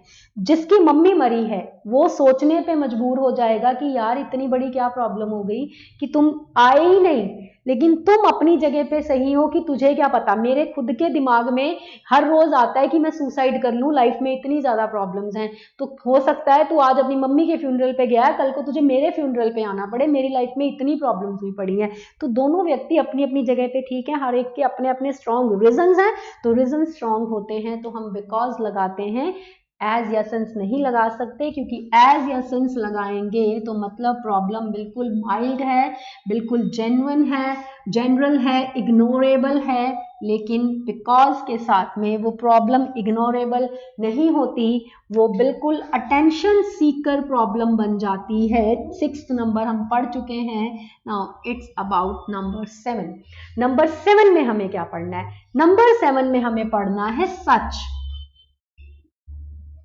अब सच के साथ में एज भी आता है, सच के साथ में दैट भी आता है. ऐसी चीजें बड़ी प्रॉब्लम देती हैं नहीं कि एक ही चीज के साथ में एज भी लगाना है, एक ही चीज के साथ में दैट भी लगाना है. अब मैं समझूं कैसे? या तो आसान कर दो कि भाई एज के साथ एज ही आना है तो बात खत्म. लेकिन इसके साथ एज भी लगा सकता हूं, इसके साथ दैट भी. जैसे अभी आपने पढ़ा डाउट या डाउटफुल के साथ वेदर या इफ भी लग सकता है और दैट भी लग सकता है. तो दो दो सिचुएशन याद रखनी पड़ती हैं. This is something weird but यही इंटरेस्टिंग होते हैं. अब देखो सच के साथ एज तब लगता है जब आप जनरल स्टेटमेंट्स बोलते हो, सामान्य स्टेटमेंट्स, कॉमन स्टेटमेंट, रोजमर्रा की स्टेटमेंट. सच के साथ दैट तब लगता है जब आप रिजल्ट ओरिएंटेड स्टेटमेंट्स बोलते हो. जब आप ऐसी स्टेटमेंट बोलते हो जिससे फर्क पड़े. तो सच के साथ एज तब लगाओ जब स्टेटमेंट सामान्य हो, कॉमन हो, अंडरस्टैंडिंग वाली हो. सच के साथ में दैट तब लगाओ जब आपकी स्टेटमेंट में थोड़ा दम हो. जैसे मैंने यहां पे लिखा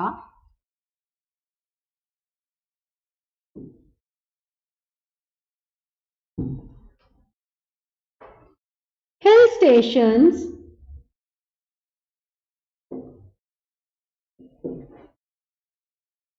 such as Shimla, Manali, Kulu are famous picnic spots. तो क्या ये स्टेटमेंट दमदार स्टेटमेंट है?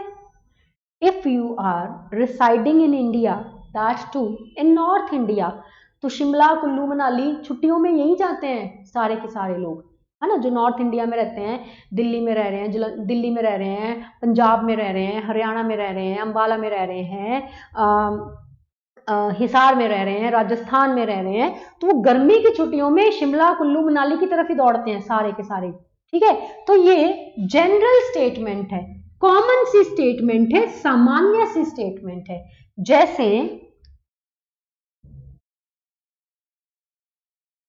fruits such as apple, mango, lychee are good for health। अब ये कैसी स्टेटमेंट है? आपके दिमाग को झटका देने वाली, आपको हैरान परेशान करने वाली, आपको सरप्राइज करने वाली? No, it is very much general statement. हर एक को पता है कि apple, mango, banana, lychee, papaya, pineapple, X Y Z, कोई भी फ्रूट खा लो, वो फ्रूट आपकी हेल्थ के लिए अच्छा ही है। ठीक है, कॉमन स्टेटमेंट। लेकिन अगर मैं एक स्टेटमेंट लिखूं जैसे it was such a dreadful fact as it changed my life forever। अब इस स्टेटमेंट को पढ़ो कि ये एक इतना भयंकर सच था, ये एक इतना खतरनाक सच था कि इसने मेरी पूरी जिंदगी को बदल के रख दिया। अब ऐसी स्टेटमेंट आप अपनी रोज जिंदगी में बोलते हो। जनरल स्टेटमेंट्स का मतलब होता है आपकी रोजमर्रा की जिंदगी, जिसमें हम आम स्टेटमेंट बोलते हैं, आज मैंने कड़ी के साथ चावल खाए, this is a common statement. तो जनरल स्टेटमेंट का मतलब होता है statements that do not effect your regular life, the statements you are supposed to use in your day to day life, the statements you are supposed to understand when someone speak it, क्योंकि वो common होती हैं। आज मैं नहीं आ पाऊंगा, क्यों? क्योंकि आज मुझे नींद आ रही है। तो there are so many people जो ये एक्सक्यूज देते हैं, ट्यूशन नहीं जाने का मन कर रहा, जिम जाने का नहीं मन कर रहा, पढ़ाई करने का मन नहीं कर रहा, क्यों? मुझे नींद आ रही है, मुझे सोना है। तो सामने वाला अंडरस्टैंड करता है कि हाँ भाई नींद आ रही है, तो फिर तो मतलब ही नहीं है आने का, तो इधर आके भी सबको क्या करेगा, सुस्ती फैलाएगा, तो अच्छा तू घर ही रहे। Common statement.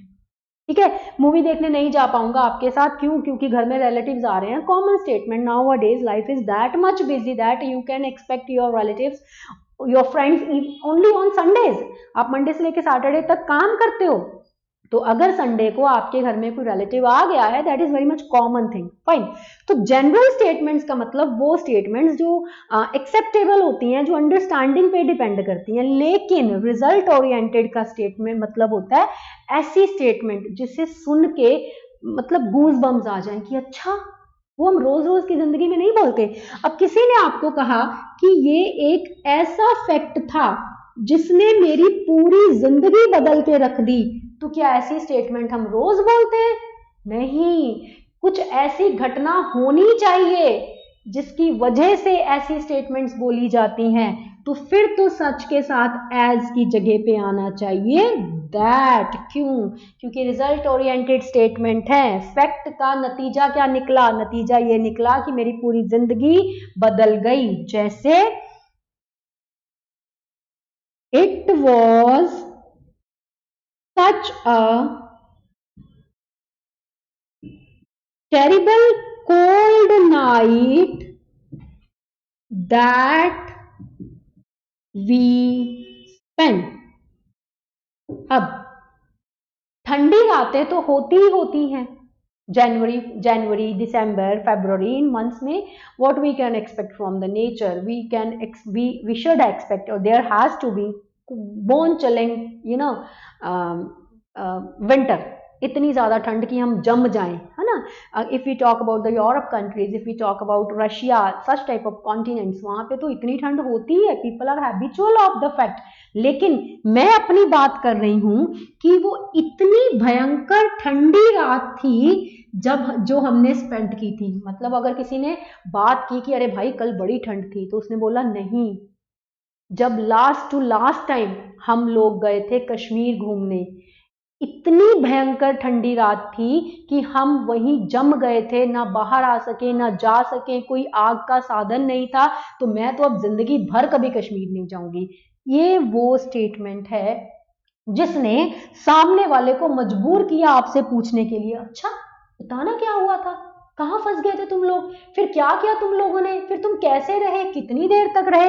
ऐसी चीजें मैंने अभी आपको बोला जो अटेंशन खींच लें, जिससे गूज बम आ जाएं, जिससे क्यों क्यों वाई वेयर व्हेन हाउ ये सारे क्वेश्चन जनरेट हो जाएं।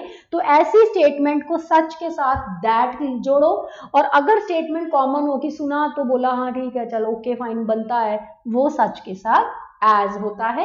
This is the pairing of such as and such that, or we can say your conjunction pair number 7. Now let's move further. Further अगर हम बात करते हैं और आपके 8th पेयर को उठाते हैं, आपका 8th पेयर है कौन सा, रीजन और वाई का। रीजन वाई, ठीक है। ये this conjunction is used to explain the reasons। ये कारण एक्सप्लेन करने के लिए बताई जाती है।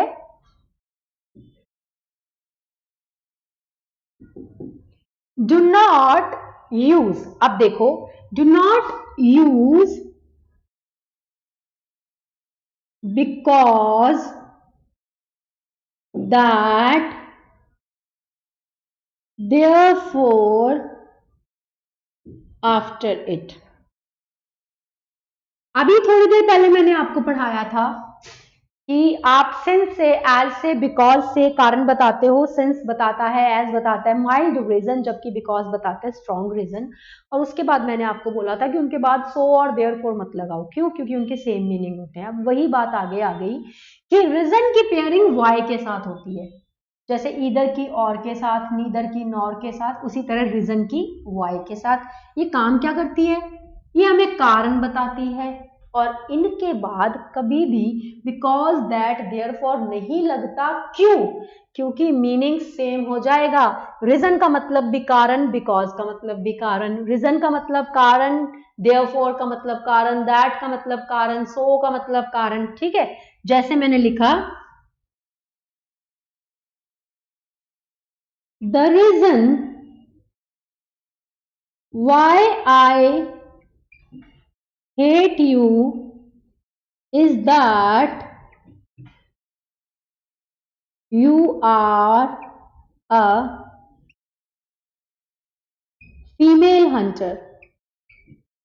फीमेल हंटर का पता है, there are such kind of boys, there are such kind of persons, they just feel like girls are commodities, the girls are assets not humans, ठीक है, ऐसे लोग होते हैं ना।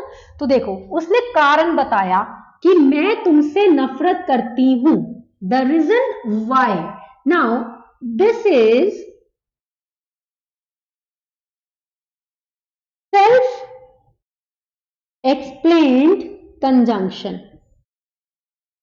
ये कंजंक्शन अपने आप को अपने आप ही एक्सप्लेन कर रही है कि कारण, मैं क्यों तुम्हें पसंद नहीं करती, रीजन वाई। तो इसके बाद दैट की जरूरत नहीं है, क्योंकि वो कारण और क्यों अपने आप ही बता रही है। जैसे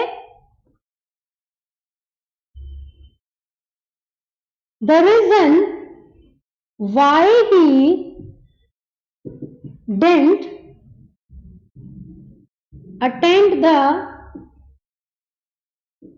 seminar because he was ill.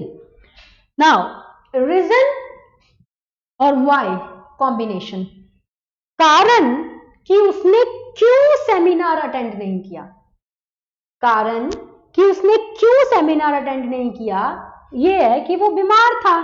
तो दोबारा बिकॉज से क्यों क्यों बता रहे हो, वो ऑलरेडी क्यों बता चुका है, वाई से क्यों, क्योंकि, बिकॉज, क्योंकि। तो रीजन और वाई जब भी आते हैं एक साथ तो ये कारण क्या वजह रही और उस वजह का नतीजा क्या निकला, दोनों अपने आप ही बता देते हैं। तो इनको ऐसे किसी वर्ड की जरूरत नहीं होती जो आगे जाके कारण बताए, ठीक है। क्यों, क्योंकि ये कारण और उसका नतीजा खुद बताते हैं। तो आप याद रखो, सिंस हो, एज हो, बिकॉज हो, रीजन के साथ वाई हो, इन सबके सेम ही मीनिंग है। इनमें से कोई भी इस्तेमाल हुआ हो तो बदले में दूसरा इनके जैसा वर्ड नहीं लगता। क्यों, क्योंकि वो सिनोनियम हो जाते हैं और सिनोनियम एक साथ नहीं चलते। अब मुझे नहीं लगता इस प्रेपोजिशन पे दोबारा हमें कुछ फैक्ट डिस्कस करने की जरूरत है, क्योंकि हम ऑलरेडी बिकॉज, सिंस और एज पढ़ चुके हैं और मैं आपको बता चुकी हूँ कि उनके बाद देयर फॉर, सो, दैट ऐसे वर्ड्स क्यों नहीं आते। क्यों, क्योंकि वो सिनोनियम होते हैं, एक जैसे वर्ड मीनिंग कन्वे करते हैं। सेम केस रीजन और वाई का है, ठीक है। तो अब आ जाओ आपके नेक्स्ट इस पे कंजंक्शन पे, that is no, not, never. इनके साथ नॉर कभी नहीं लगाते, इनके साथ हमेशा और लगाते हैं। क्यों, कितनी बार बता चुकी हूं, फिर से बता रही हूं। मैथ में minus into minus is equal to plus हो जाता है, तो not comma nor is equal to not या इज इक्वल टू यस हो जाएगा। दो बार नहीं, मैंने दो बार नेगेटिव, तो रिजल्ट क्या हो जाएगा, यस हो जाएगा। तो आपने याद रखना है कि नो, नॉट, नेवर अपने आप में नेगेटिव होते हैं, अनटिल और अनलेस की तरह। इनके बाद दोबारा नॉट नहीं लगता, क्योंकि दो बार माइनस जोड़ दोगे तो रिजल्ट प्लस बन जाएगा, ठीक है। जैसे मैंने लिखा, he did not receive my call nor he called me back. या फिर my mother never baked a cake nor a cookie। तो हिंदी में क्या कहना चाहते हो, हिंदी में कहना चाहते हो कि ना तो उसने मुझे कॉल किया और ना ही उसने मुझे ना तो उसने मेरा कॉल रिसीव किया, ना ही उसने मुझे बैक कॉल किया, दो बार नहीं। इसी तरह ना तो मेरी मम्मी ने आज तक केक बनाया है, ना ही कभी कोई कुकी बनाई है, दोनों नेगेटिव हो गए। माइनस माइनस ये रहा, एक माइनस ये रहा, एक माइनस ये रहा, दो माइनस जोड़ दोगे तो स्टेटमेंट प्लस हो जाएगी। मतलब उसने मेरा कॉल रिसीव तो नहीं किया पर मुझे बैक कॉल कर लिया, पर ये तो गलत है। आप तो ये कहना चाह रहे हो कि ना तो कॉल किया ना तो कॉल रिसीव किया। इसी तरह एक माइनस ये हो गया कि ना तो माँ ने कभी केक बनाया है ना ही कभी कुकी बनाई है, लेकिन माइनस इंटू माइनस प्लस हो गया कि मम्मी ने केक या कुकी में से कोई एक चीज बनाई है। तो ये गलत है यहां पे और यहां पे। माई, ही डिड नॉट, देखो नो, नॉट, नेवर में से नॉट चला हुआ है ना, he did not receive my call और ही कॉल्ड मी बैक। मतलब ना तो उसने कॉल रिसीव किया ना ही बैक कॉल किया। My mother never baked a cake, sorry, my mother never baked a cake और ए कुकी, मतलब मेरी मम्मी ने ना तो आज तक कभी केक बनाया है ना ही कुकी। अब मैं बोलने में 2 बार ना बोल रही हूं कि ना तो आज तक केक बनाया ना ही कुकी, लेकिन 2 बार नेगेटिव लिख नहीं सकती क्योंकि माइनस इंटू माइनस प्लस हो जाएगा। याद रखो 2 बार नेगेटिव नहीं हो सकता। मैंने आपको एक कंडीशन पढ़ाई थी, इट इज हाई टाइम, जिसमें मैंने आपको बताया था कि इसके बाद नो नॉट नेवर जैसा कोई शब्द नहीं लेना। क्यों? क्योंकि इट इज हाई टाइम अपने आप में नेगेटिव होता है। फिर आपने कंजंक्शन में अनटिल और अनलेस पढ़ लिया कि ये अपने आप में नेगेटिव होते हैं, इनके बाद नो नॉट नेवर नहीं आता क्योंकि स्टेटमेंट पॉजिटिव हो जाएगी। इसी तरह नो नॉट नेवर अपने आप में नेगेटिव है, इनके बाद दोबारा नेगेटिव लगा दोगे तो 2 बार नेगेटिव जुड़ के पॉजिटिव हो जाएगा, तो स्टेटमेंट नेगेटिव ही रहे, इसीलिए नेगेटिव के साथ पॉजिटिव जोड़ो। बोलने में भले आप 2 बार नहीं नहीं बोल रहे हो, पर लिखने में 2 बार नहीं लिख दिया तो वो हाँ हो जाएगा। तो अब अगर हम इसको सुधार के लिखना चाहें बिना किसी गलती के एक स्टेटमेंट को, तो हमारी स्टेटमेंट कुछ इस तरह की होगी। My teacher is not coming और गिविंग एनी टेस्ट। तो ना तो टीचर आज आ रही है और ना ही वो कोई टेस्ट लेने वाली है।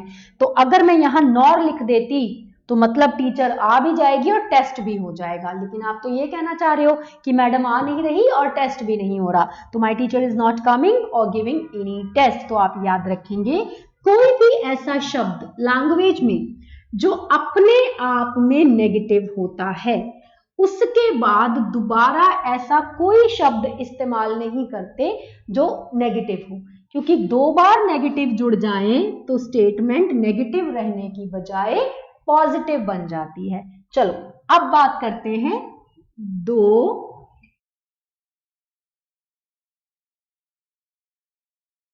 ऑल्दो और इवन दो की। ठीक है, इनके बारे में पहले फॉर्मूला समझ लो। दो और ऑल दो का मतलब होता है how ever, same is with even though, even though का मतलब भी हाउ एवर ही होता है। अब आपको लग रहा होगा कि मैडम अगर इन तीनों का मीनिंग एक ही है तो फिर आपने 2 ग्रुप क्यों बनाए हैं? 2 ग्रुप मैंने इसलिए बनाया है क्योंकि मैं आपको एक चीज समझाना चाहती हूँ। सपोज एक लड़का है, देयर इज अ बॉय, उसके 2 नाम हैं, एक नाम है उसका राम और एक नाम है उसका सोनू, राम कुमार। तो वो राम कुमार कहां पे यूज करेगा? ये उसका सर्टिफिकेट नेम है। जब भी वो स्कूल में जाएगा, कॉलेज में जाएगा, जॉब लेगा, उसका जो आधार कार्ड होगा, उसका जो पैन कार्ड होगा, उन सारे प्रूफ पे उसका नाम राम कुमार लिखा होगा, सर्टिफिकेट नेम। सोनू उसका निक नेम है, जो प्यार से उसे घर में बुलाया जाता है। तो आप याद रखो कि इसी तरह जो ऑल्दो होता है ये सर्टिफिकेट नेम होता है, लेकिन जो 2 होता है वो निकनेम होता है, लेकिन असल में ये होती एक प्रेपोजिशन ही है। जैसे सिंगल कंजंक्शन ही होती है। तो कभी नहीं सोचना कि 2 अलग कंजंक्शन है और 2 अलग कंजंक्शन है। जिस तरह राम कुमार और सोनू मिलके एक ही लड़का बनते हैं, उसी तरह ऑल्दो और 2 मिलके एक ही कंजंक्शन बनती हैं। बस फर्क ये है कि राम कुमार की तरह ऑल्दो थोड़ा हाई फाई लेवल है और सोनू की तरह 2 थोड़ा कॉमन लेवल है। ठीक है, इसी तरह इवन दो, अब ऑल्दो यूज होती हैं, ऑल्दो या इवन दो यूज होता है फॉर कॉमन फैक्ट्स। ठीक है, इवन दो यूज होता है टू एक्सलरेट द स्टेटमेंट। अब देखो, जब आप दो या ऑल्दो से कोई बात कहते हो, मतलब वो बात डाइजेस्टेबल है, कॉमन बात है कि ठीक है, हो जाता है कभी कभी ऐसा। लेकिन इवन दो का मतलब है बात को बढ़ा चढ़ा के कहा गया है। ठीक, next point is use yet after them।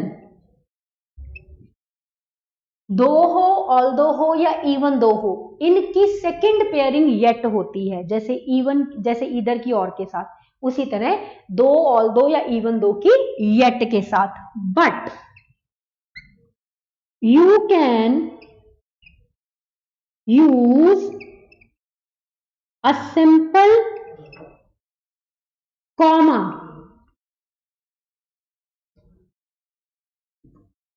As well. अब इनकी पेयरिंग येट के साथ तो होती है, ये तो सच्चाई है, लेकिन अगर किसी स्टेटमेंट में इनके साथ येट ना भी लिखा हो तो घबराने जैसी कोई चीज नहीं है, आप येट की जगह पे सिंपल कॉमा का इस्तेमाल भी कर सकते हो। देखो मैं आपको लिख के दिखाती हूं, मैंने यहां पे लिखा although she worked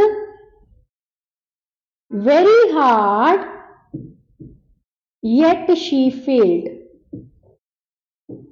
उसने बड़ी मेहनत की बट फिर भी फेल हो गई। तो ये स्टेटमेंट सुन के हम क्या कहते हैं, तुम पेपर दोबारा चेक करा लो, क्या पता कुछ ऊपर नीचे हो गया हो, या क्या पता इसने मेहनत ही ना करी हो, या फिर इसको ट्यूशन रखा दो, कुछ भी। क्यों? क्योंकि ऐसा बहुत सारे बच्चों के साथ होता है। तो देखो, ऑल्दो लिखा इधर और इधर लिखा येट। अब अगर मैं इसको येट के बिना लिखना चाहूं तो मैं इसको ऐसे लिखूंगी, although she worked very hard comma she failed। अब कोई अगर मुझे बोले कि नहीं इधर येट लगाओ, लगाना पड़ेगा, तो ऐसा कुछ नहीं है। इनकी पेयरिंग येट के साथ होती है, लेकिन in the usage of language there are so many magazine, there are so many newspaper, there are so many grammatical statements जहां पे आपको दिख जाएगा कि दो, ऑल्दो या इवन दो का यूज तो हुआ है, लेकिन स्टेटमेंट में कहीं भी येट नहीं दिख रहा, कॉमा लगा हुआ है। तो आप याद रखेंगे इनके बाद येट आता है, दैट इज अ फैक्ट। लेकिन अगर येट की जगह कॉमा लगा है तो फिर कॉमा को काट के येट नहीं लगाना, कॉमा को जाने देना है। अब ये कॉमन स्टेटमेंट। अब ऐसी स्टेटमेंट लिखते हैं जो इवन दो से हो। अब इवन दो क्या करता है, टू एक्सलरेट द स्टेटमेंट। अब हमें ऐसी स्टेटमेंट लिखनी है जिसमें पढ़ के ही लगे कि बात को बढ़ा चढ़ा के लिखा गया है। अब मैंने लिखा even though the accident was disastrous, I didn't receive even an injury।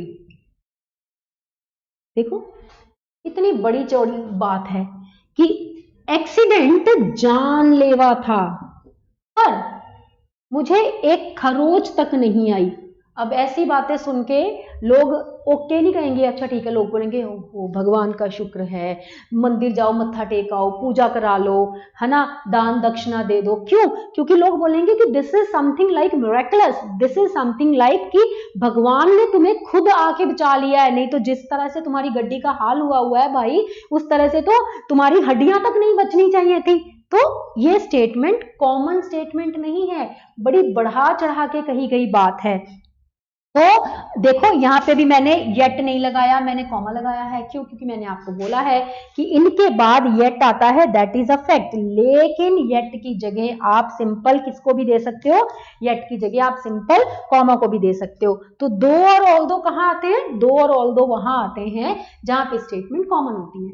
Even तो वहां पे आता है जहां पे बात को बढ़ा चढ़ा के कहना चाहते हो, और इनके बाद येट लगता है, दैट इज अ फैक्ट। लेकिन अगर येट की जगह पे सिंपल कॉमा लगा हो तो भी आप उसे जाने दोगे, आप उसे गलत नहीं करोगे।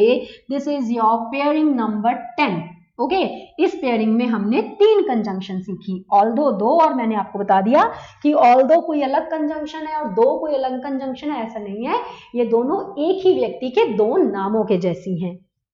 नाउ द नेक्स्ट हमने क्या पढ़ना है? नेक्स्ट हमने पढ़ना है ऑल के साथ में दैट। ऑल की पेयरिंग दैट के साथ होती है। अब ये कंजंक्शन यूज कहां होती है? when you expressed everything in a nutshell। जब आप सारी चीजों को इकट्ठा करके एक स्टेटमेंट पास करते हो, वो ऑल के साथ दैट होता है। जैसे मैं बोलूं मुझे एक सक्सेस, अपनी जिंदगी में सक्सेसफुल करियर चाहिए और कुछ नहीं चाहिए, तो मुझे लाइफ में, मैं इस बात को ऐसे भी लिख सकती थी, I want a good job with handsome salary, with a luxurious office, with 10 to 15% working for me, things like that। मैं इसे ऐसे भी बोल सकती थी, पर मैंने इसे क्लब करके क्या बोला कि मुझे एक शानदार करियर चाहिए। तो जब मैंने शानदार करियर बोला तो उसमें पैसा, ऑफिस, अच्छी जॉब, लोग, स्टेटस, डेजिग्नेशन सब अपने आप आ गया। नेटशेल में बोल दिया ना, तो मैं कैसे बोलूंगी? I want an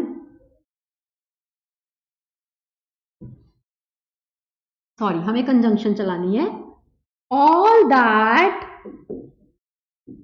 I want is an outstanding career। तो जब मैंने बोला कि अगर मुझसे एक शब्द में पूछा जाए कि what do you want, I want outstanding career, तो इसमें मेरा पैसा, इसमें मेरा स्टेटस, इसमें मेरी लाइफ, इसमें मेरी लग्जूरियस लाइफ, इसमें मेरा ऐशो आराम सब आ गया। जैसे कई लोग कहते हैं भगवान जी बस मेरा वीजा आ जाए, मुझे और कुछ नहीं चाहिए, तो all that I want is my visa. तो ये व्यक्ति क्या कह रहा है कि भगवान बस मेरा वीजा दे दे, इसके अलावा मुझे और कुछ नहीं चाहिए, मैं तुझसे कभी कुछ नहीं मांगूंगा। तो this is something in a nutshell. अब वीजा उसे चाहिए क्यों? बाहर जाके, बट ऑब्वियस वो पढ़ेगा तो भी अच्छा करियर बनेगा, वो जॉब करेगा तो भी उसके पास ज्यादा पैसे आएंगे, फॉरेन की लाइफ हमारी लाइफ के कंपैरेटिव, फॉरेन की प्रोविजंस हमारी प्रोविजंस के कंपैरेटिव, फॉरेन की फैसिलिटीज हमारी फैसिलिटीज के कंपैरेटिव सब अलग हैं। That is why people run over there. तो ये उसने नटशेल में बता दिया कि भगवान बस मुझे मेरा वीजा दे दे, उसके अलावा मुझे कुछ नहीं चाहिए। तो ऑल के साथ दैट तब लगता है जब आप सारी चीजों को इकट्ठा करके एक नटशेल में, एक समरी में बता देते हो। ठीक है, दिस इज योर नंबर 11। अब देखो, अब आपने नेक्स्ट क्या सीखना है? नंबर 12। नंबर 12 इज लेस्ट की पेयरिंग होती है शुड के साथ। ठीक है, लेस्ट के साथ हमेशा ही शुड आता है। जैसे work hard लेस्ट you should fail. ये तो कॉमन फैक्टर है कि लेस्ट के साथ शुड आता है, लेकिन याद रखने वाली बात क्या है? देखो स्टार बना दिया, मतलब information is important. Lest can go without should. ये याद रखने वाली बात है कि हमेशा ही लेस्ट के बाद शुड आए, ये कंपल्सरी नहीं है। आप लेस्ट को बिना शुड के भी लिख सकते हो।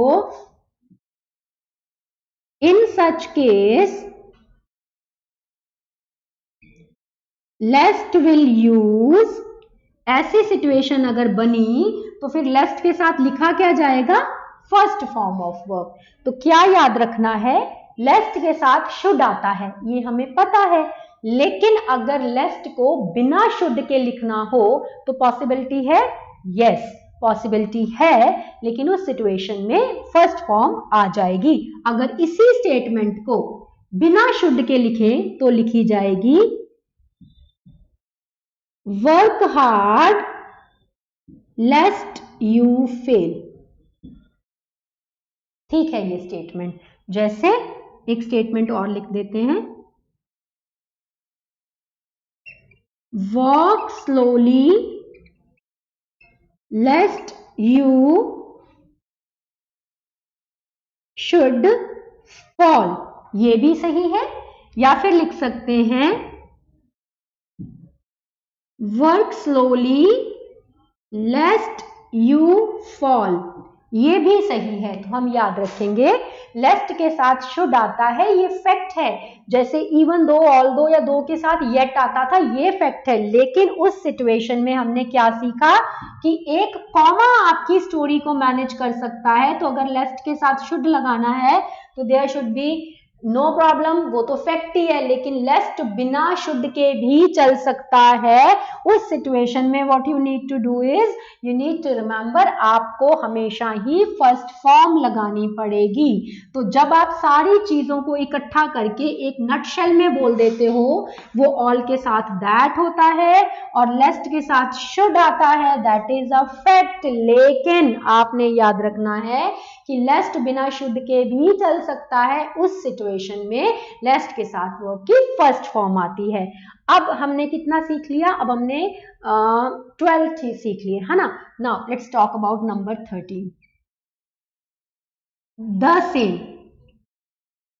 क्या है word the same. The same के साथ दैट भी आता है, द सेम के साथ एज भी आता है। अब इसे डिसाइड करना बड़ा आसान है। दैट तब आएगा जब यू हैव अ वर्ब, और एज कब आएगा जब यू हैव ए नाउन। ठीक है, जैसे this is the same food as I wanted to order. देखो द सेम के बाद जो काम है वो वर्ब का है, ये वर्ब है कि ये वही खाना है जो मैं ऑर्डर करना चाहती थी। अब एक एग्जांपल लिखते हैं, this is the same house that mine. The same, लेकिन ये एक पोजेसिव नाउन है। ठीक है, तो देखो द सेम के बाद जब वर्ब लिखे हो तो क्या आता है दैट। तो यहां एज को काटो और लगाओ दैट, और यहां नाउन है तो यहां दैट को काटो और लगाओ as. This is the same food that I wanted to order and this is the same house as mine. चलो ये मैंने समझाया और अब आई आपकी प्रैक्टिस की बारी। मैंने लिखा My mother ordered the same dress as her sister had। ठीक, दूसरा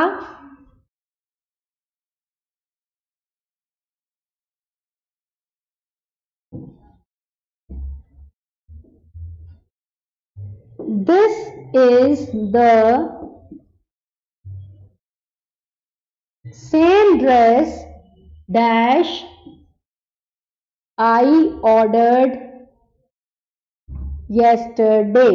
तो चलो पढ़ो तो जरा अपने आप। ये लिखा द सेम और ये रहा नाउन, वर्ब नहीं है ना, तो यहां आएगा क्या as. This is my mother ordered the same dress as her sister had. लेकिन ये रहा the same, but here is a form of verb. तो this is the same dress that I ordered yesterday. तो the same अगर किसी noun के बारे में बात करते हैं, देखो ड्रेस भी नाउन है, ये द सेम किसकी बात कर रहा है? नाउन की बात कर रहा है। ना तो द सेम के पहले ना तो ब्लैंक के बाद कहीं भी जो वर्ब नहीं है, तो यहां से एरो काटो, इसको यहां पे जोड़ो, तो this is the same dress, ये एक नाउन है।